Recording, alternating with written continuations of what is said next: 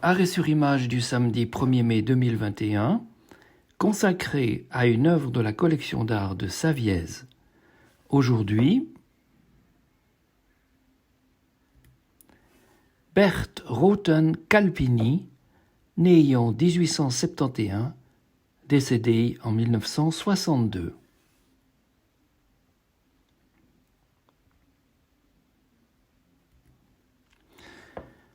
Trois œuvres de la collection d'art de Saviez, les Ormeaux au coucher de soleil, Chant de seigle et ormeaux, et enfin, Vue de Granois. Trois huiles sur toile de format à peu près identique.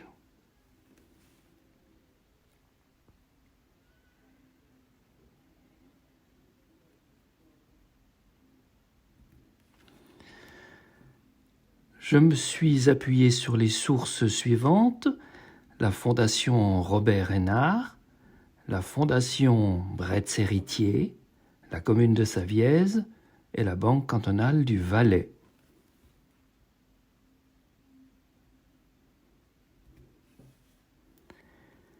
Dans sa prime enfance, Berthe Rothen-Calpini dut rester 3 ans durant immobilisée dans son lit à la suite d'une grave blessure au genou.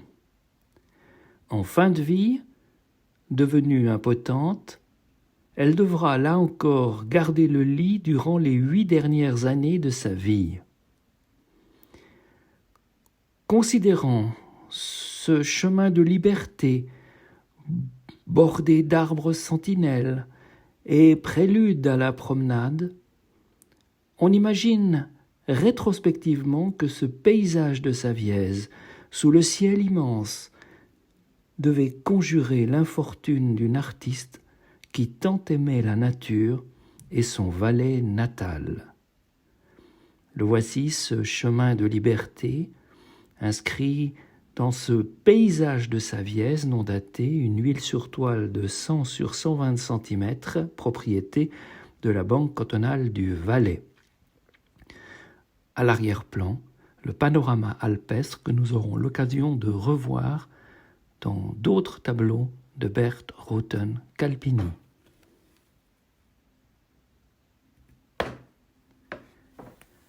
Un peu de généalogie. Marie-Louise Berthe Catherine Calpini naît le 3 mai 1871 à Sion. Sa mère, Marie-Christine, née Zenklusen, est enseignante aux écoles supérieures des filles à Sion. Son père, Louis Calpini, est notaire et greffier au tribunal de Sion. Mais il est aussi prospecteur et découvreur de nombreuses mines en Valais et accessoirement champion du monde de tir rapide. Berthe Calpini est une enfant particulièrement sensible qui se révèle très tôt artistiquement douée. Elle est attirée par le dessin et la peinture. Dès l'âge de 6 ans, elle colorie, dessine les livres de la bibliothèque rose et toutes les images qui lui tombent sous la main. Elle n'hésite pas à échanger avec ses petites amies ses plus belles poupées contre n'importe quelle boîte de couleurs, nous raconte la Fondation Hénard. À l'âge de 7 ans, elle se blesse gravement à un genou en chutant sur la glace. Elle est obligée de garder le lit pendant 3 ans et de subir des traitements très douloureux. Contrainte de vivre trop souvent solitaire, à l'écart de ses petites camarades, elle s'habitue à rechercher sa distraction dans l'art.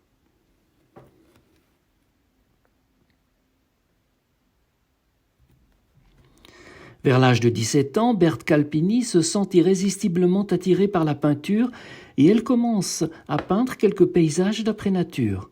C'est le début de sa carrière.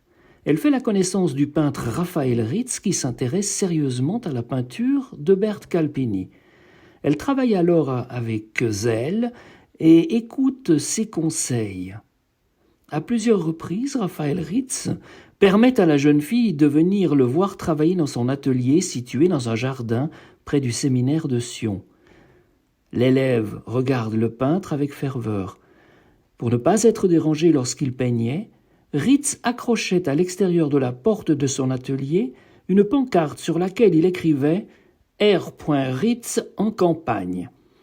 Et dans ces moments, seul le facteur, qui avait sa manière spéciale de se faire connaître, pouvait se faire ouvrir la porte.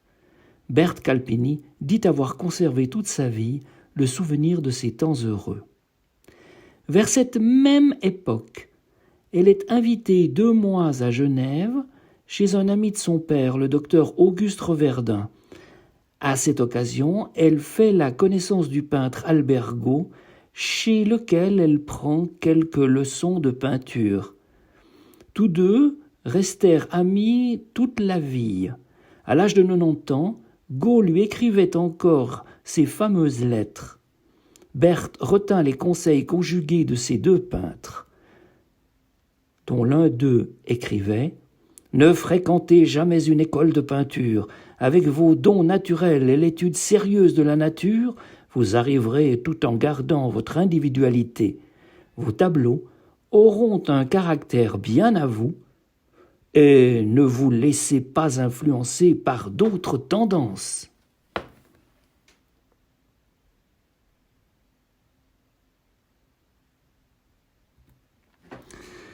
En 1900, à l'hôtel du Saanetch, qui est tenu par la famille Tyler, des cousins des Calpini, Berthe fait la connaissance du professeur Germain Roten. Ce dernier était né le 4 décembre 1856 à Savièse. Il avait fait des études classiques au collège de Saint-Maurice, d'Einsiedeln et de Munich. Ayant renoncé à recevoir les ordres, il avait suivi les cours de l'école de droit de Sion et avait été reçu notaire.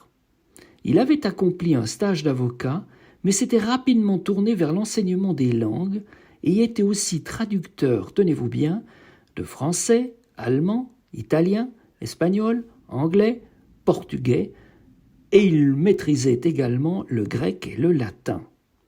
Le professeur Roten, que ses contemporains nous décrivent comme un homme distingué, de grande taille, réservé et sensible, s'exprimant avec des accents de philosophe, était aussi un amoureux de la nature. Le voici ici à gauche, Germain Roten, avec sa sœur Rose Luyet, qui fut institutrice.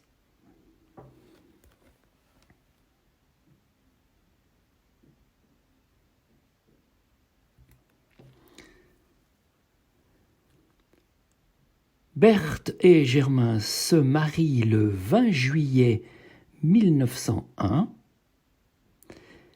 Berthe va suivre son mari qui s'installe à Nuremberg jusqu'en 1917. Le couple aura 2 filles, Germaine et Madeleine. On les aperçoit ici sur cette photo, à gauche Germaine, au centre Madeleine et à droite Berthe Roten Calpini.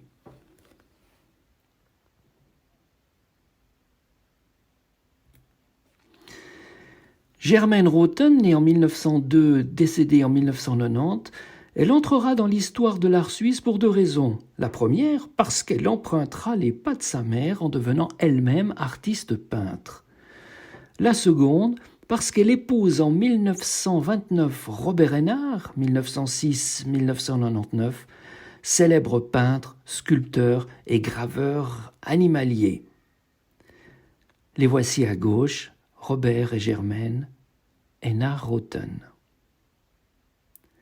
On doit à Germaine, qui s'appellera dorénavant Hénard Roten, de magnifiques tableaux de la nature valaisanne, entre autres une très belle langue glaciaire à Saas et un formidable torrent du glacier à Arola.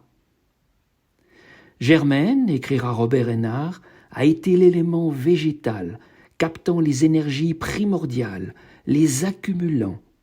Elle a été terreau, sève. Elle m'a nourri, moi l'animal actif et dissipateur d'énergie.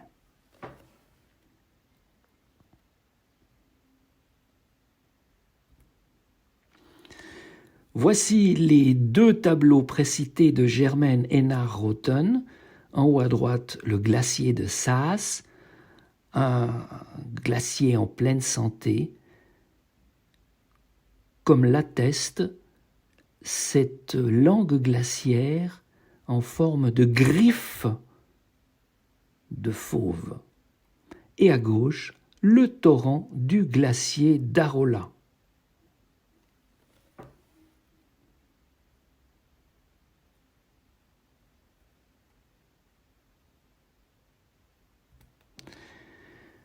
Généalogie, toujours généalogie de la famille de Germaine Hénard-Roten. Ce qui nous intéresse, c'est plutôt ce qui est en bas. Signalons que Pierre Roten épouse Marie-Adrienne Héritier.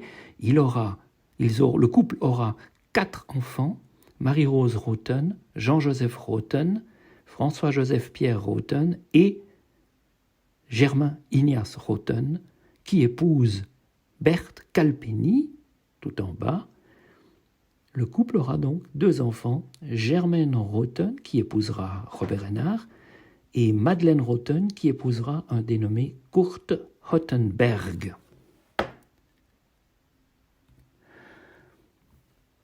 Le même arbre simplifié, où l'on aperçoit tout en bas Berthe Calpini, peintre, qui aura une fille, peintre, Germaine Roten.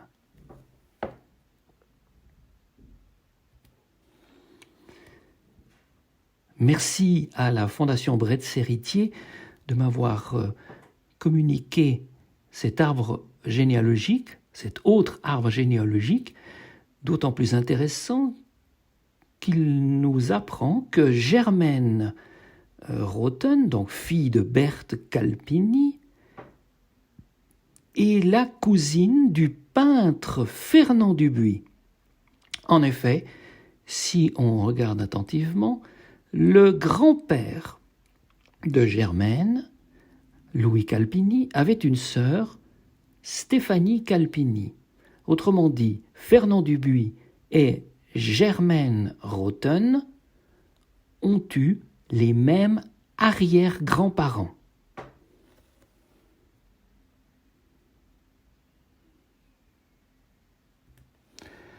Alors si on résume, Berthe Roten Calpini, artiste peintre, est elle-même issue d'une famille de peintres, les Kohler, artistes peintres, durant 4 générations. Berthe Roten Calpini, artiste peintre, est la mère de Germaine Hénard-Roten, peintre, l'épouse de Robert Hénard, peintre, graveur, sculpteur, lui-même fils d'Eugénie Béchard et de Philippe Hénard, qui furent dessinateurs, peintres et professeurs de dessin. Et pour conclure, Germaine Hénard-Roten, cousine du peintre Fernand Dubuis, puisque tous deux ont eu les mêmes arrière-grands-parents. Cela nous fait une belle lignée d'artistes.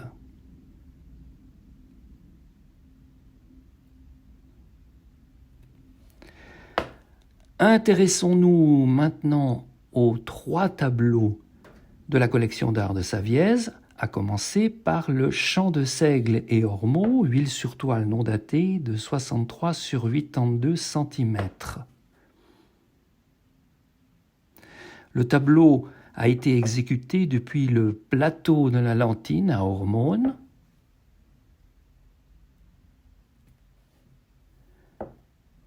Il se compose d'un premier plan qui invite le regard à aller en profondeur vers l'arrière-plan, guidé par les chants de seigle.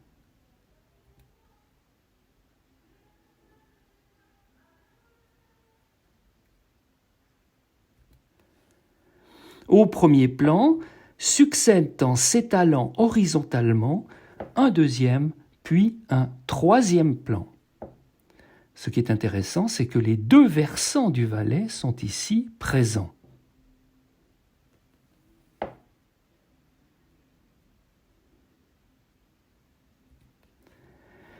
L'horizontalité des 3 plans précité est contrebalancé tout d'abord par la verticalité des ormeaux qui anticipe, si l'on peut dire, la verticalité des montagnes tout à l'arrière-plan.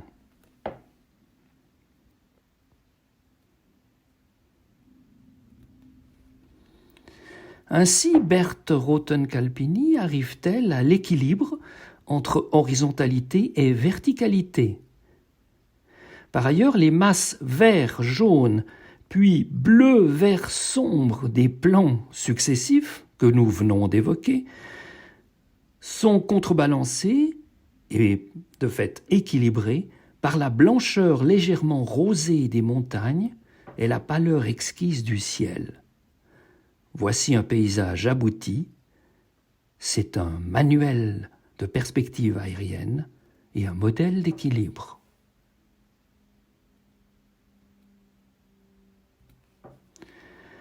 On reconnaît la Maya au sommet du vallon de Réchy, la dent blanche, les dents du Vésivi. La dent blanche, peinte entre autres par François de Ribaupierre, les Vésivi, peints entre autres par Ernest Bieler.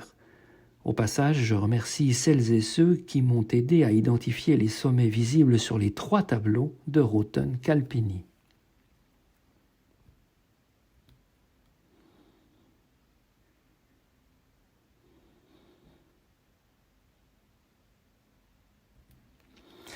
Les ormeaux au coucher de soleil à présent.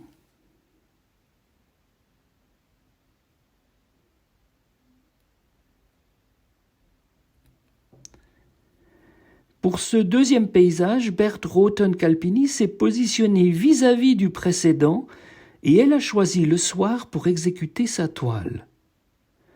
Les ormeaux, ramenés cette fois au premier plan, frémissent sous le vent du soir. Le seigle à son tour dodeline.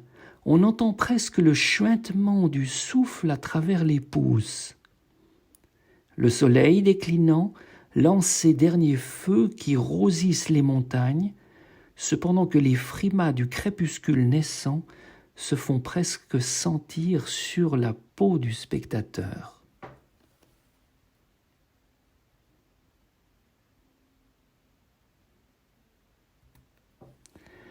À l'arrière-plan, on aperçoit la dent de Ninda.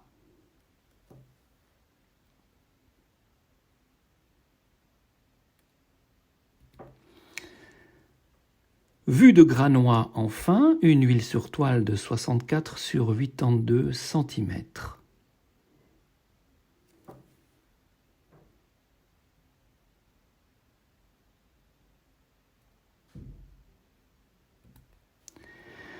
Deux icônes identitaires, si l'on veut, permettent de localiser le site. En effet, première icône, voici le château de la Soie, dont on devine les vestiges, son promontoire, ainsi que le chemin, aussi bien sur la photographie à gauche que sur le tableau de Berthe Rothen-Calpini à droite.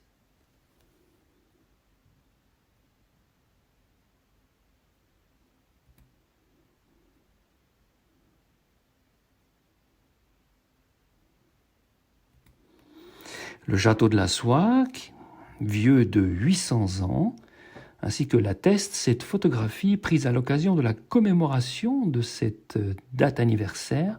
C'était en 2019, et il me semble bien que je reconnais quelqu'un.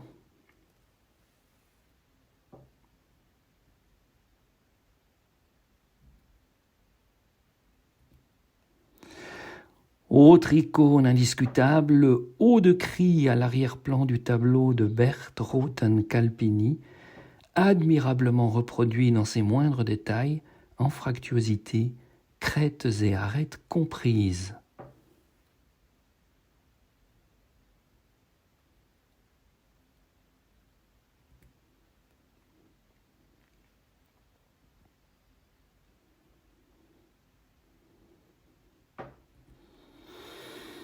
Admirable ici dans ce tableau, la fraîche et lumineuse coloration de l'ensemble.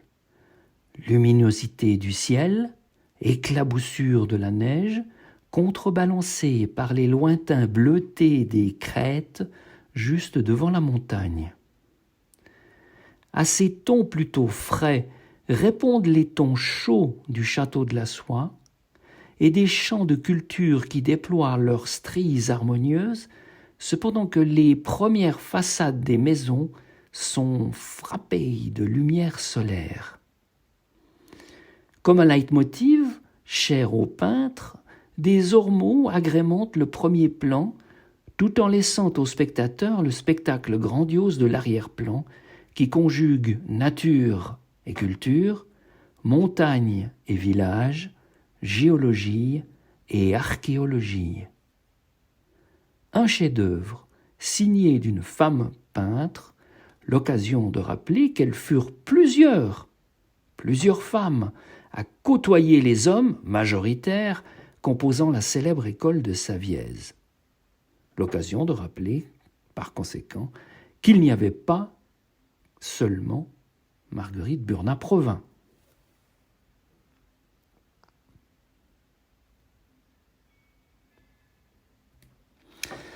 Et voici pour terminer cette présentation 2 photographies de Berthe Calpini prises sur le motif, attestant, comme nous l'avons dit plus haut, de l'attachement viscéral du peintre pour le travail en pleine nature.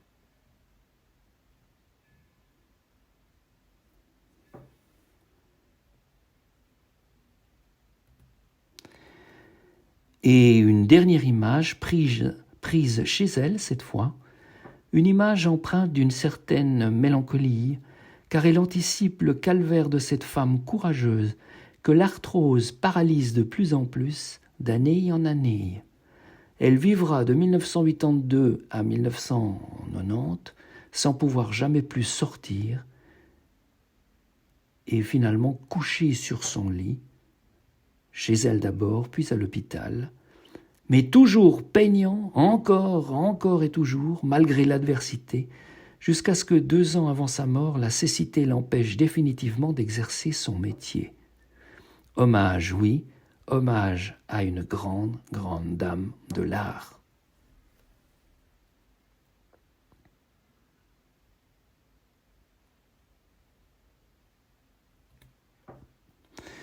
Voilà, je vous remercie de votre attention et je vous donne rendez-vous au début du mois de juin prochain pour un nouvel arrêt sur image, le dernier avant l'été. À très bientôt.